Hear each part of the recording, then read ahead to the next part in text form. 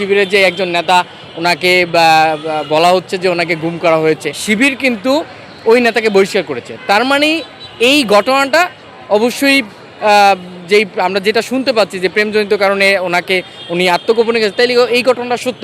গুজবের রাজনীতিটা করে আসছে, আমরা দেখতে পাচ্ছি যে জামাত শিবির করে আসছে।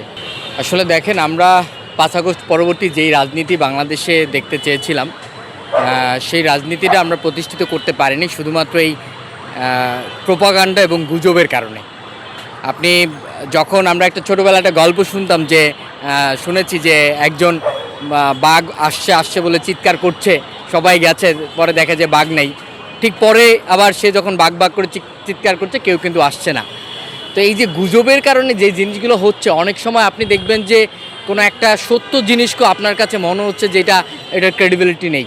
তো এই যে রাজনীতিটা, এই গুজবের রাজনীতিটা করে আসছে, আমরা দেখতে পাচ্ছি যে জামাত শিবির করে আসছে।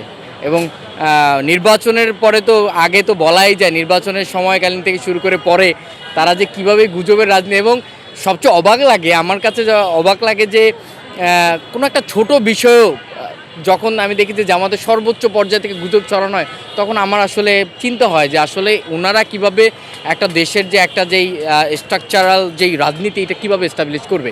আপনি যেমনটা বললেন যে আসলে শিবিরের যে একজন নেতা ওনাকে বলা হচ্ছে যে ওনাকে গুম করা হয়েছে, কিন্তু আমরা পরবর্তীতে দেখতে পেলাম যে উনি হলো যে একটা প্রেমজনিত বা অবৈধ সম্পর্কের কারণে উনি আত্মগোপনে চলে গেছে।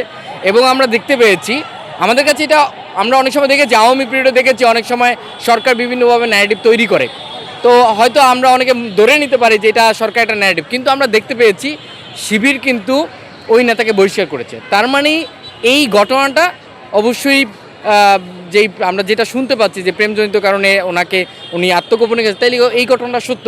তাহলে কেন এই বিষয়টাকে আপনি কেন গুজব ছড়ালেন, কেন আপনি এটাকে গুম খুন এইভাবে আপনি ন্যারেটিভটা তুললেন? তাতে কী হবে, পরবর্তীতে যখন কেউ একজন সত্য ঘটনাটা তুলে ধরবে, তখন কিন্তু মানুষ আর এই জিনিসটা নিয়ে লিখবে না, মানুষ আর এই জিনিসটা নিয়ে কিউরিওসিটি জাগাবে না। তো আমার যেই কনসার্নের জায়গাটা, সেটা হলো আসলে জামাত শিবিরের যেই রোবোটিক ওয়েতে তারা যে কাজটা করে, এটা থেকে তাদের বের হয়ে আসতে হবে।